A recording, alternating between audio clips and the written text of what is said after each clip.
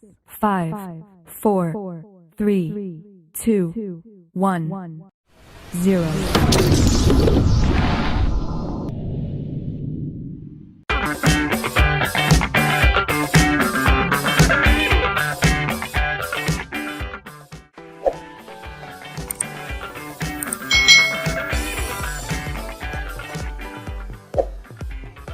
Hai, selamat datang di channel YouTube Kak Citra. Apa kabar adik-adik semuanya? Kak Citra berharap kalian dalam keadaan yang baik, sehat, dan siap untuk belajar ya. Hari ini kita akan belajar bersama-sama untuk mata pelajaran tematik kelas 2. Kita belajar di tema 8 nih, keselamatan di rumah dan perjalanan. Subtema 3, aturan keselamatan di perjalanan. Pembelajaran yang pertama adik-adik. Mari kita belajar di subtema 3 ini dengan penuh semangat lagi ya adik-adik. Adik-adik, Udin dan teman-teman melakukan kunjungan. Mereka mengunjungi berbagai tempat wisata. Mereka selalu memperhatikan aturan keselamatan di perjalanan. Di sini Udin dan teman-temannya pergi berwisata menaiki bis adik-adik. Nah, Siti bertanya kepada Bu Guru, "Mengapa kita tidak boleh mengeluarkan anggota badan melalui jendela, Bu?" Ini tanya Siti adik-adik. Lalu Bu Guru menjawab, "Anggota badan yang dikeluarkan melalui jendela bisa saja mengenai kendaraan lain atau dahan pohon di sekitar jalan. Hal itu bisa membahayakan diri, Nak," kata Bu Guru. Adik-adik, kalau kalian naik bis atau naik mobil ya adik-adik saat bepergian, kita tidak boleh mengeluarkan anggota badan kita keluar melalui jendela karena itu bisa berbahaya. Nanti kalau terkena kendaraan yang lewat atau bisa juga terkena dahan pohon yang dilewati oleh mobil atau bis tersebut adik-adik. Jadi kalian harus menjaga keselamatan diri kalian. Adik-adik, hari Minggu Udin dan teman-teman ini berlibur ke Pantai Ancol. Nah, mereka berangkat menggunakan bis pariwisata. Berlibur ke pantai itu ada aturannya ya adik-adik. Yuk kita baca percakapan dari Ibu Guru kepada teman-temannya Udin ya adik-adik ya. Dengarkan aturan yang Ibu sampaikan ya, Nak. Anak-anak harus mematuhi aturan perjalanan kita. Ada yang tahu mengapa kita harus patuh pada aturan? Tanya Bu Guru. Lalu Udin menjawab, "Tahu Bu, agar kita selamat dalam perjalanan.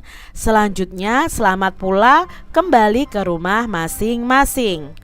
Hebat anak Ibu. Jadi kita harus patuh pada aturan perjalanan kita ya, Nak, pesan Bu Guru. Lalu semua siswa menjawab, "Iya Bu." Nah, di sini adik-adik kita harus mematuhi aturan dalam perjalanan dan kita harus mematuhi aturan dimanapun kita berada. Adik-adik, dalam percakapan tadi apa sih isi percakapannya? Nah, isi percakapan tersebut adalah tentang mematuhi aturan keselamatan di perjalanan. Lalu, mengapa kita harus patuh pada aturan? Nah, kita harus mematuhi aturan itu agar selamat dalam perjalanan dan selamat pula kembali ke rumah kita masing-masing. Apa yang akan terjadi jika kita tidak patuh pada aturan adik-adik? Nah, yang akan terjadi adalah bisa membahayakan keselamatan diri kita. Di sini ada bacaan yang berjudul aturan keselamatan dalam bis adik-adik. Yuk kita baca ya adik-adik. Melakukan perjalanan dengan bis itu ada aturannya. Aturan itu dibuat ada gunanya adik-adik. Dengan mematuhi aturan, kita akan selamat dalam perjalanan. Tidak hanya itu, kita juga akan dapat menikmati perjalanan dengan baik. Kita akan merasa aman dan nyaman dalam perjalanan. Ada beberapa aturan yang harus kita patuhi ketika melakukan perjalanan dengan bis. Antara lain, naik ke dalam bis dengan tertib, tidak boleh berebut ya adik-adik ya. Lalu duduk di kursi masing-masing dengan baik. Tidak mengeluarkan anggota badan melalui jendela. Dan berdoa kepada Tuhan sebelum berangkat. Setiap melakukan perjalanan dengan bis, kita harus mematuhi aturan tersebut dengan baik adik-adik. Nah, ini tadi ya aturan keselamatan di dalam bis. Apa isi teks di atas adik-adik? Nah, isi teks di atas tadi adalah tentang peraturan keselamatan di bis beserta pentingnya mematuhi aturan tersebut. Lalu apa saja aturan ketika melakukan perjalanan dengan bis? Nah, tadi disebutkan ya, yang pertama naik ke dalam bis dengan tertib. Lalu duduk nih di kursi kalian masing-masing dengan baik. Tidak mengeluarkan anggota badan melalui jendela dan berdoa kepada Tuhan sebelum berangkat supaya diberi keselamatan oleh Tuhan ya adik-adik. Nah, adik-adik, kalian tentu masih ingat pada pembelajaran sebelumnya kita sudah belajar tentang huruf besar atau disebut juga dengan huruf kapital. Nah, perhatikan nih kalimat berikut ini. Kita harus berdoa kepada Tuhan sebelum berangkat. Kesehatan yang kita miliki merupakan anugerah yang maha pengasih. Udara yang kita hirup merupakan anugerah yang maha kuasa. Adik-adik tentunya masih ingat bahwa huruf kapital itu juga dipakai untuk huruf pertama pada kata ganti Tuhan. Nah, di sini ada kata Tuhan itu diawali dengan huruf kapital. Yang maha pengasih itu kan juga menunjukkan kepada Tuhan. Maka juga diawali dengan huruf kapital perkatanya adik-adik. Yang maha kuasa juga seperti itu.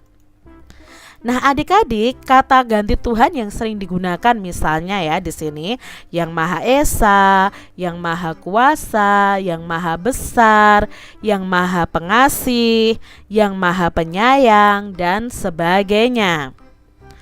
Nah, adik-adik coba tuliskan 5 kalimat sederhana dengan mengikuti aturan penggunaan huruf kapital. Contohnya nih adik-adik ya. Berdoa selalu kepada Tuhan yang Maha Esa. Yang Maha Kuasa menciptakan bumi dan segala isinya. Ingat di awal kalimat tersebut memakai huruf kapital. Lalu pada kata ganti Tuhan juga memakai huruf kapital. Tuhan yang Maha Besar menciptakan matahari dan bulan. Tuhan yang Maha Pengasih selalu mengasihi manusia. Saat kita berdoa kepada yang Maha Penyayang, mohon berkat yang melimpah. Ini contoh kalimat yang menggunakan huruf kapital pada kata ganti Tuhan. Kalian bisa membuat kalimat yang lain ya. Kalau nama orang juga diawali huruf kapital, nama hari, nama bulan, nama tempat, dan lain sebagainya. Masih ingatkah adik-adik hari apa Udin dan teman-teman berlibur ke pantai? Ya, mereka berlibur ke pantai pada hari Minggu. Adik-adik perhatikan nih, di sini Kak Citra punya kalender bulan Januari. Nah, bulan Januari ini terdiri dari 31 hari. Dalam satu minggu itu ada 7 hari adik-adik. Mengapa ada 7 hari? Hari apa saja itu?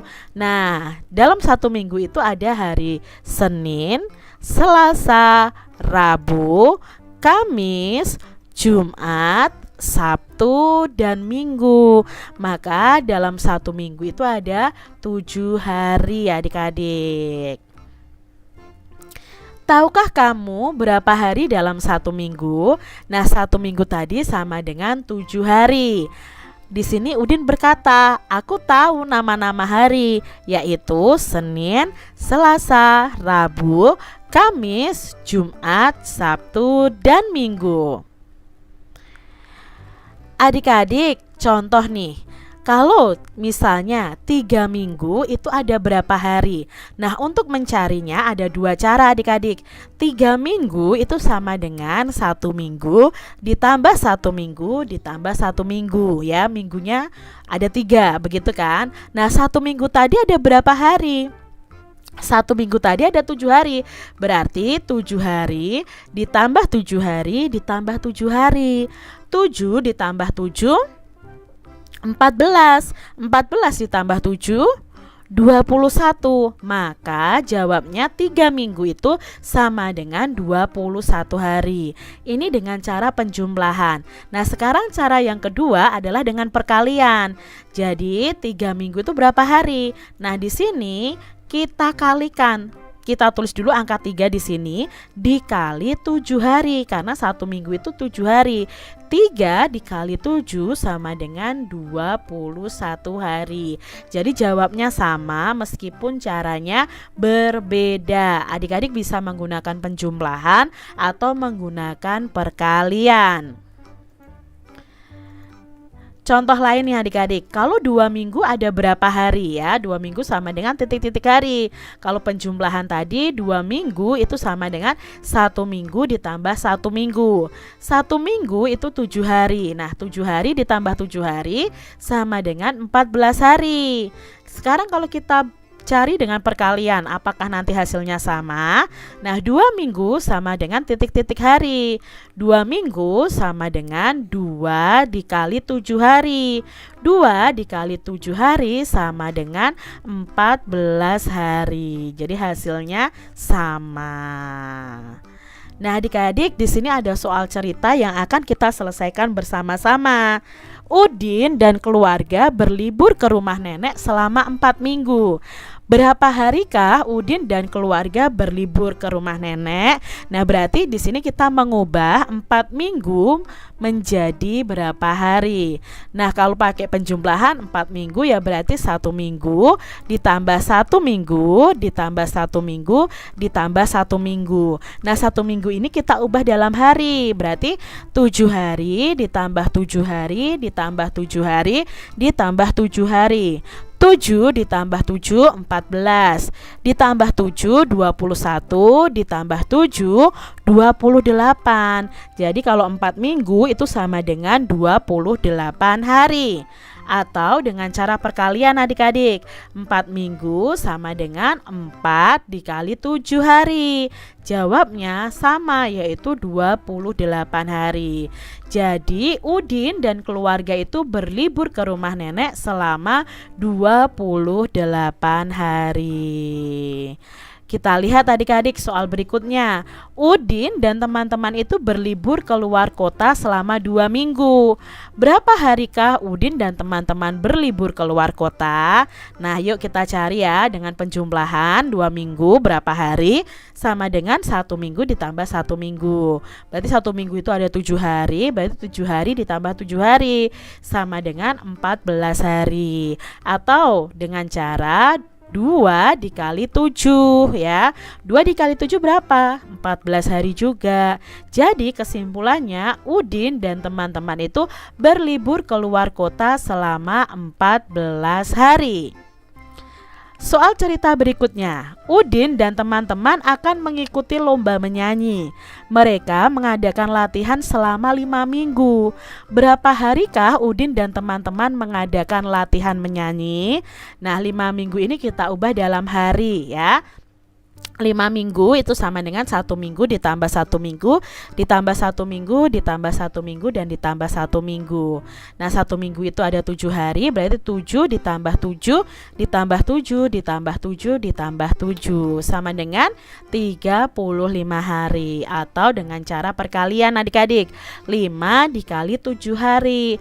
5 dikali 7 sama dengan 35 hari. Nah, jadi Udin dan teman-teman mengadakan latihan menyanyi selama 35 hari. Adik-adik bisa pilih salah satu caranya, bisa dengan penjumlahan, bisa dengan perkalian. Kita lihat soal berikutnya. Udin dan teman-teman akan mengikuti lomba menari. Mereka mengadakan latihan menari itu selama 3 minggu. Nah, berapa harikah Udin dan teman-teman berlatih menari? Maka di sini 3 minggu kita ubah dalam hari ya. 3 minggu itu sama dengan 1 minggu ditambah 1 minggu ditambah 1 minggu. 1 minggu ada 7 hari, berarti 7 hari ditambah 7 hari ditambah 7 hari sama dengan 21 hari. hari, atau dengan cara 3 dikali 7 hari sama dengan 21 hari. Jawabnya sama. Jadi kesimpulannya, Udin dan teman-temannya berlatih menari selama 21 hari. Soal cerita berikutnya adik-adik. Sekolah Udin akan mengikuti lomba adiwiyata. Mereka melakukan persiapan menjelang lomba selama 6 minggu. Berapa harikah sekolah Udin melakukan persiapan menjelang lomba? Nah, berarti 6 minggu ini ya kita tuliskan 1 minggu ditambah 1 minggu ditambah 1 minggu ditambah 1 minggu ditambah 1 minggu ditambah 1 minggu. Nah, 1 minggunya kita ubah dalam hari, yaitu 7 ditambah 7 ditambah 7 ditambah 7 ditambah 7 ditambah 7. Hasilnya adalah 42 hari. Kalau memakai perkalian ya berarti 6 dikali 7 adik-adik. Berapa 6 dikali 7? 6 dikali 7 itu adalah 42 hari. Jadi Udin melakukan persiapan menjelang lomba itu selama 42 hari. Demikian ya adik-adik ya, semoga kalian paham. Nah, Udin dan teman-teman tiba di pantai. Mereka mencari kerang kecil. Kerang kecil merupakan hasil dari sumber daya alam. Nah, kerang kecil ini dapat dibuat menjadi karya kerajinan loh adik-adik. Nah, ini adalah contoh kerajinan dari kerang nih adik. Ya, ada kalung, ada jepit rambut ya, ada tempat tisu, ada figura foto, tempat pensil, tempat sendok, lalu ada hiasan dinding. Ya, ini terbuat dari kulit kerang adik-adik ya, yang ada di pantai biasanya dibuat seperti ini. Nah adik-adik, jika kalian punya kulit kerang, kalian bisa loh membuat kerajinan dari kulit kerang. Nah, bagaimana ya kerajinannya? Yuk kita cari tahu ya adik-adik ya. Kerajinan kulit kerang. Nah, ini adalah alat dan bahan yang perlu kalian siapkan.